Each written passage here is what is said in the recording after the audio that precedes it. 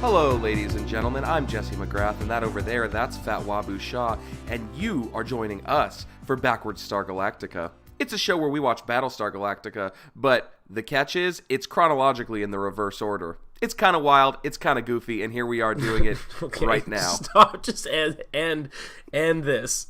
First of all, Battlestar Galactica is not chronologically in the wrong order. You need to specify that we're watching it in the wrong order. They get it. No, not if this is the first one they listened to. I think that was a good one. That was kind of like a Fraser Crane. One of the longest ones, and I didn't know when you were going to stop, and you didn't. It was you keep saying they're long. That was like 13 seconds. That's not that long. Oh my god, 13 years.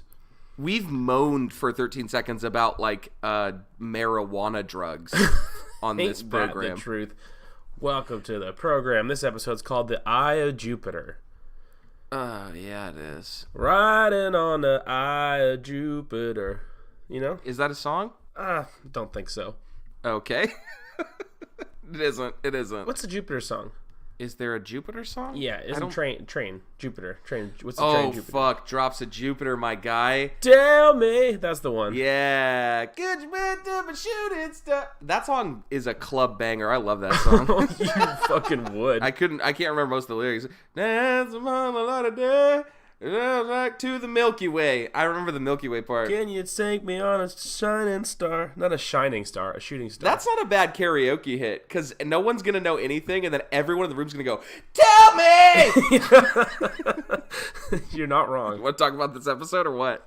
Episode is, it's the first part of the one we just watched, where they are on Algae Planet. Mm-hmm. Which it seems like the second part, because they start on the planet and they're all filthy, like they've been there for goddamn 7 years or something without a bath. Yeah, because it says they've been on the Algae Planet for 14 days. It's a resupply mission on Algae Planet, grabbing lots of algae. You gotta resupply their algae. It's outrageous. They're algae. And then, well, they mentioned that. They're like, oh, I wish we didn't have to eat algae. And Galen's like, well, let me know when you find a hot fudge planet. Galen the fat ass, that's his number one. I love dream that. Planet. No, I love in his that. wildest dreams, Galen is on hot fudge planet. Like, no, we can't sustain on this. This is worse than algae. So much worse. Can you imagine if you got to like you're famished, you haven't eaten in weeks, and you finally have nothing but hot fudge.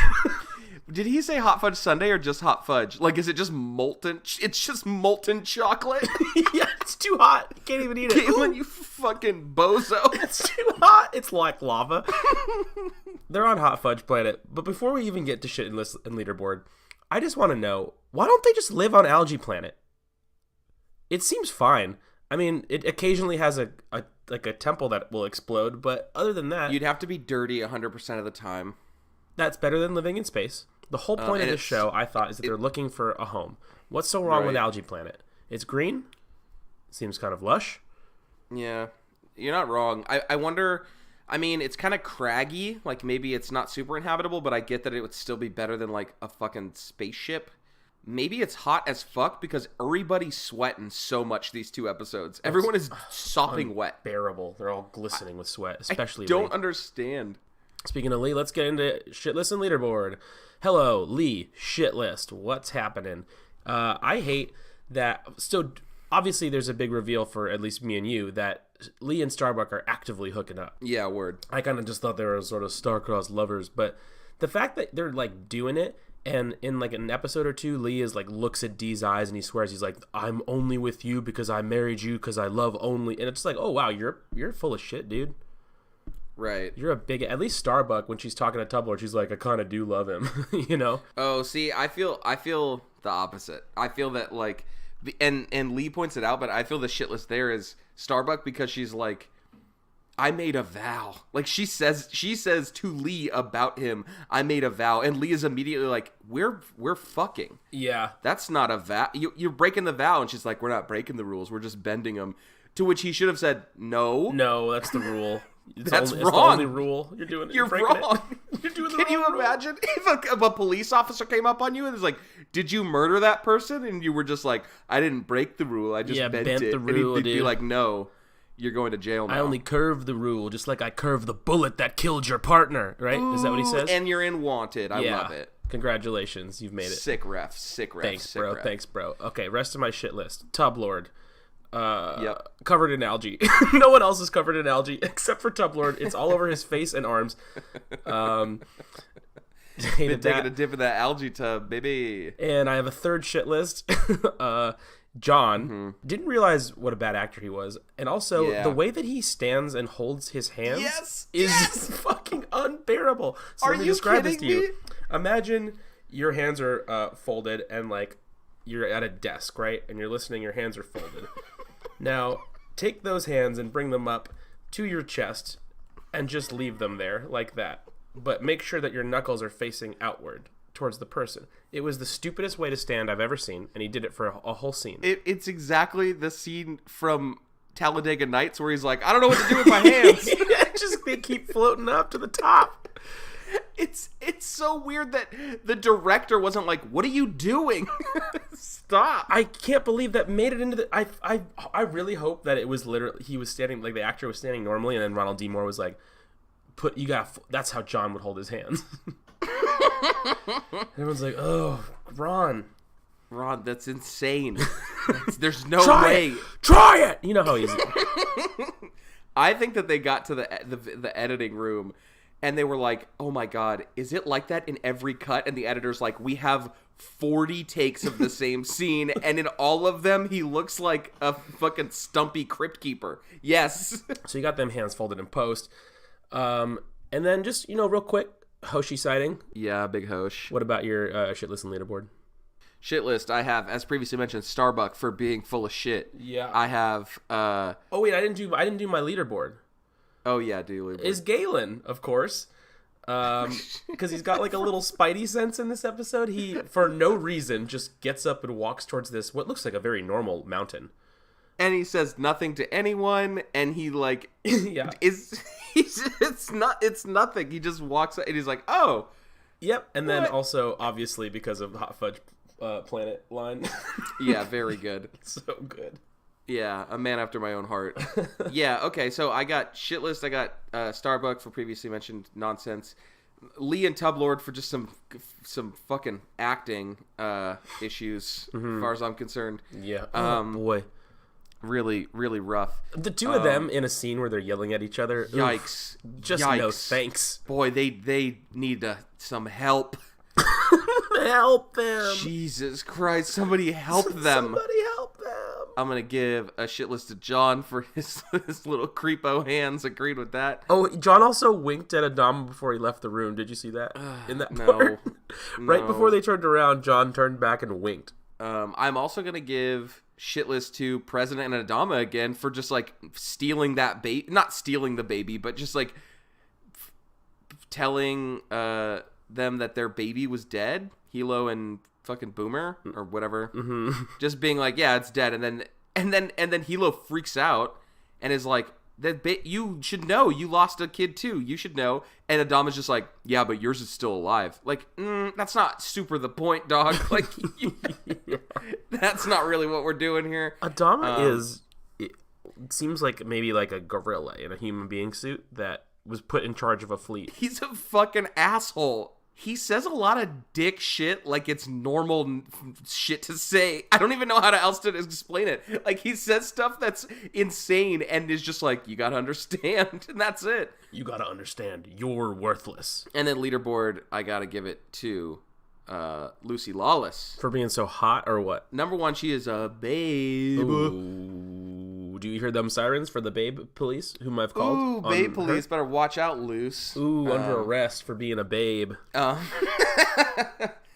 she's got good, as you pointed out while you were texting me, while we were both watching this, because we can't get enough of this dialogue. She's got good outfits. She's probably got the best outfits of the whole show. Yeah. Like power suits, not even like in terms of hotness level, but just like doesn't... Caprica's always wearing the same shit, which is weird.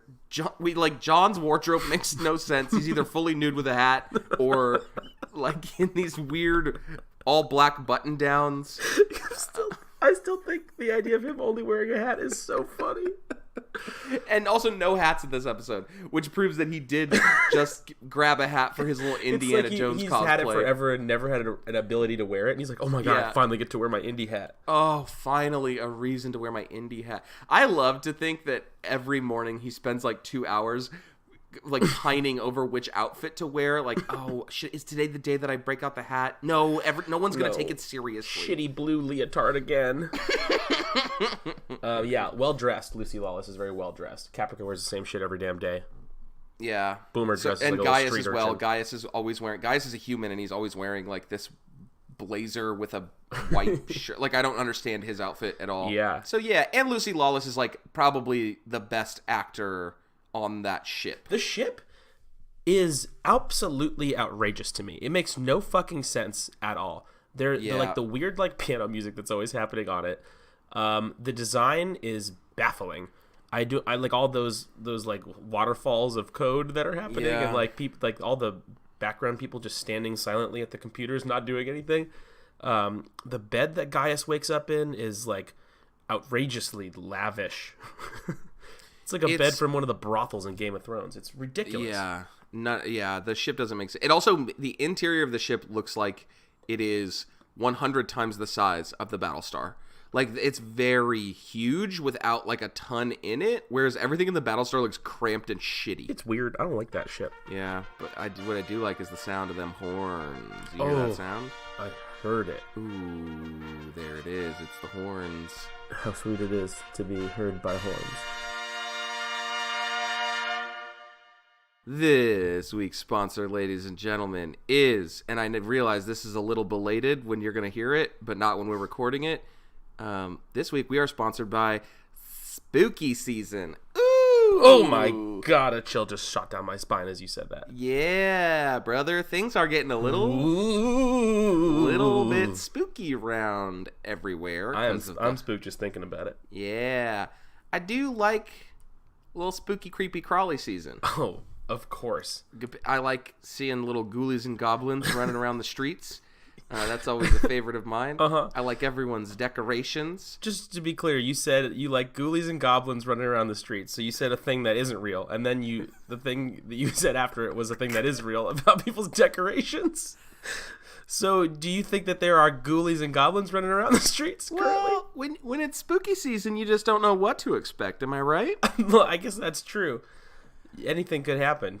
And so sometimes you get those little ghoulies and those little goblins just chirping around, chirping around like a bunch of little spooky birds.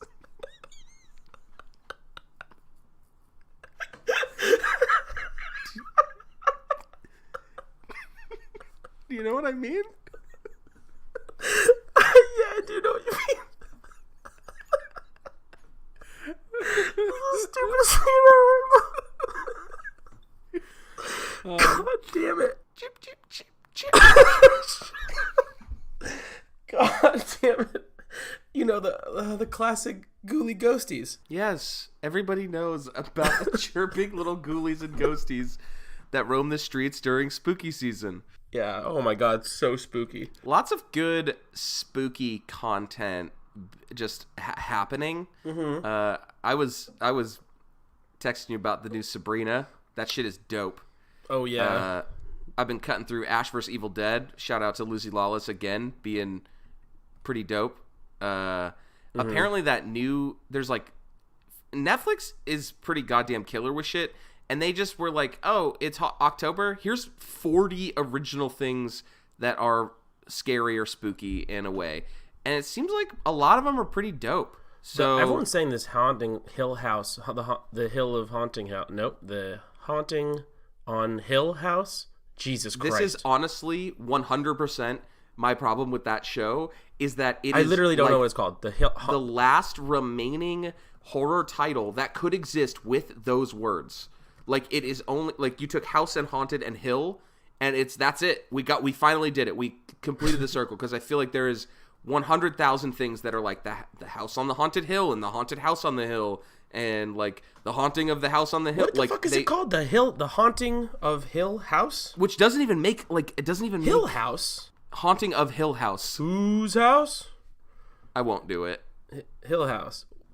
Hill House That's not how speaking works. The Haunting of Hill House. That's what I'm saying. Ooh, I can't wait to get back to go home to Street House. Well, I do not think it is called Hill House because it's on a hill. It must Why have would it something. not be? Why else would it be called that? Maybe it's owned by like Jeremy Hill.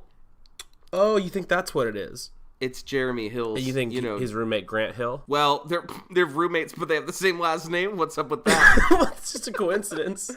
And so they were like, we gotta call it Hill House. Like, we're both athletes, right? And they both died with unfinished business, and so now they haunt the Hill House. Oh, they're the ghosts? They're the ghost, yes. Oh, so the premise of this show, just if I can get this straight, is Jeremy Hill and Grant Hill, who were roommates, or are they roommates now because they're both haunting the same place? Is that? I also didn't know Jeremy Hill was a real person. I thought I made that name up. You thought you made the name Jeremy Hill up?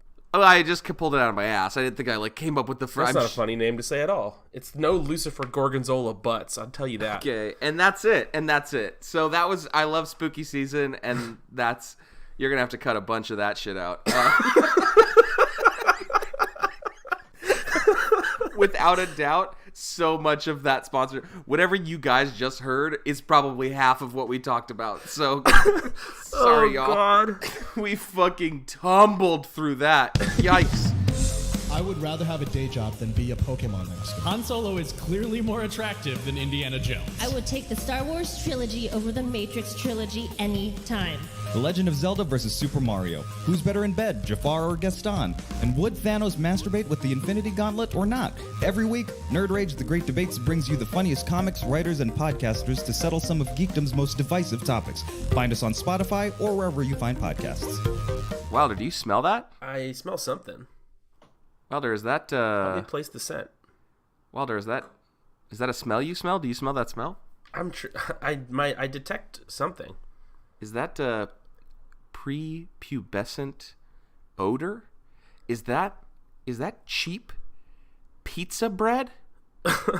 Wilder, is that a teachable moment?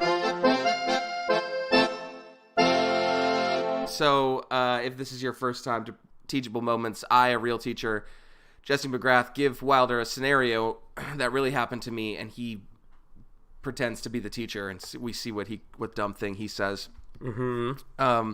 This one pretty recent. This one happened last week. Ooh, a hot, fresh one. Yeah, this is fresh out the kitchen for sure. And so I'm walking on my prep period, and I see a student, and he is talking with two girls that don't go to our school. So the way that they go to another school. They go to a different school because the way that a lot of the schools in New York City work is that they're really big buildings, and there's a bunch of little schools inside of them, and they kind of try and keep them separate because that's the whole point, is that it's like a bunch of little communities instead of one big one. It's weird. We don't need to go into the politics of the New York City school system. No, let's do that. It'll be definitely better than that fucking haunted hill bit we did.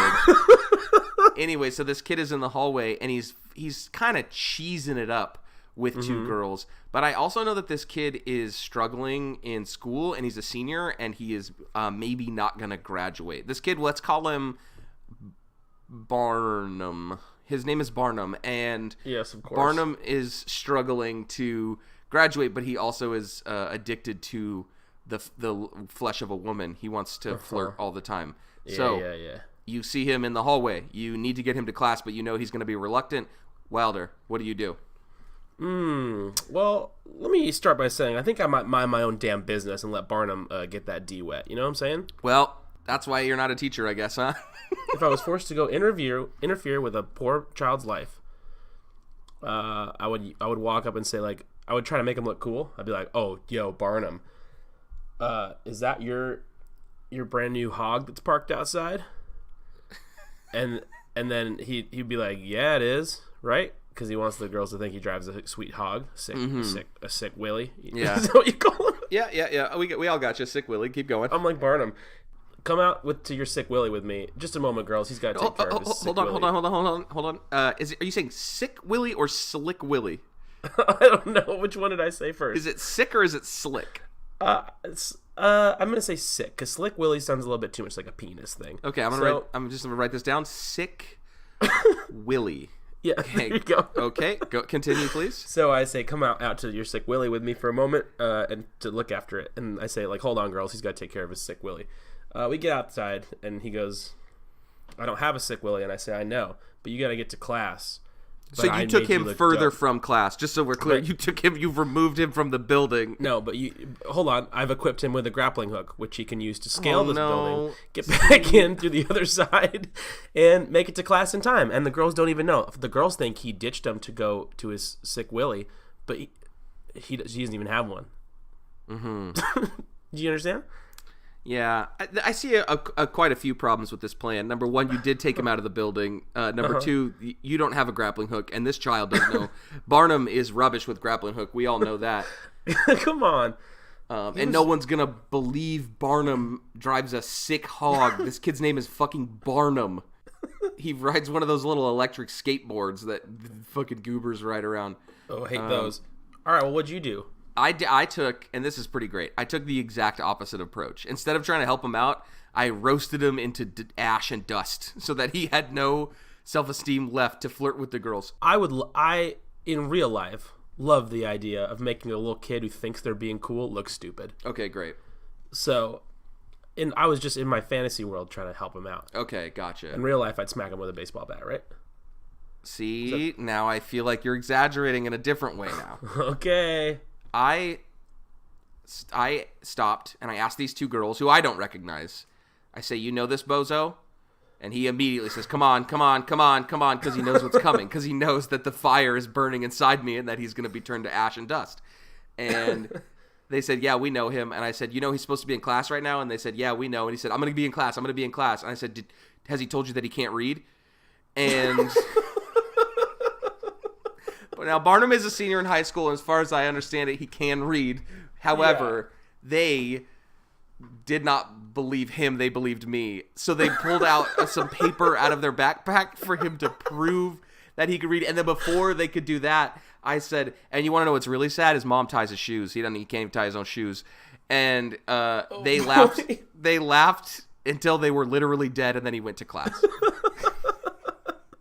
Wow, cool. So, yeah. What a shithead. Yeah, if y'all are ever dealing with a teen, just call them dumb in so many ways. You know, don't say you're dumb, but just like... Right, just suggest that they can't read or tie their own shoes. Yeah, come on.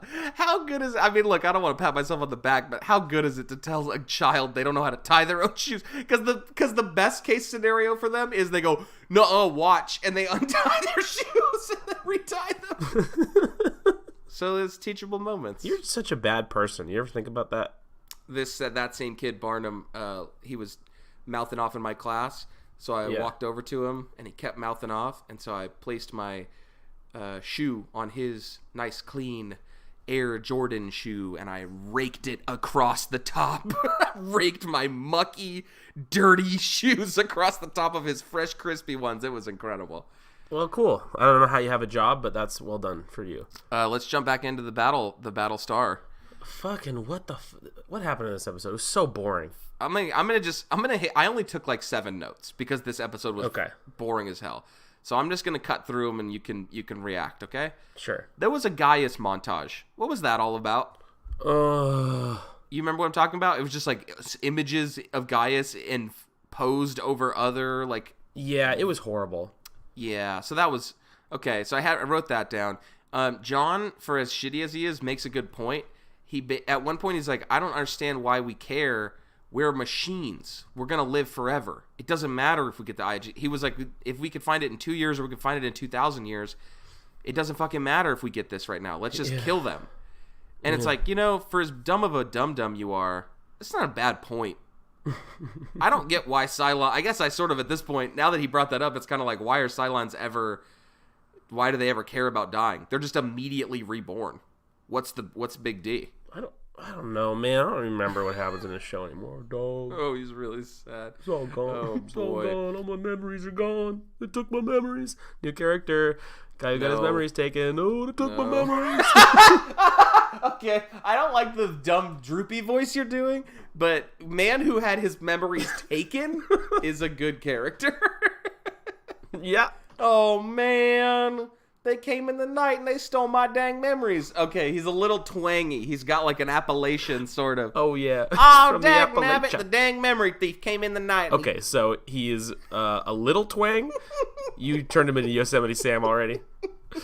I just think that's the best version. He's the narrator from Thunder Mountain. Yeah. Yeah. They took my memory. Oh, boy, you know, last week I was over there. I drove my pickup truck down to Danny's because Danny was got into a heap of shit. And then, you know, I just...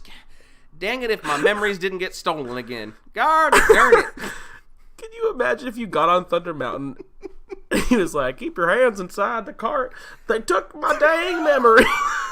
And watch out for these ding-dang memory thieves. It was like a Dementor or something. Popped right out. Took the memories right out my brain. Have fun. I can't remember the name of this ride because they took my memories. I forgot how to breathe. I can't wait till you cut this episode down to a cool 7 minutes. I don't think I can release this episode. It's too stupid. Can we talk about the Eye of Jupiter? What about it? It is... I just need to understand it a little bit. Because I don't understand it at all. It is a marker that points the way to Earth. Mm-hmm. Is it that temple? Yeah. Is it something else? I think it's in the temple. It's like it has to be released from the temple. So when Galen's figuring it out, he's like, it's the eye. I figured out something about the eye, but it's like, it is the eye. What did you I don't get it, dude. I don't get it, dude. Dude. It's probably 'cause someone took all your dang memories. I think it's because they took my memories. I swear for God I knew all about that dang Eye of Jupiter until they took my dang memories.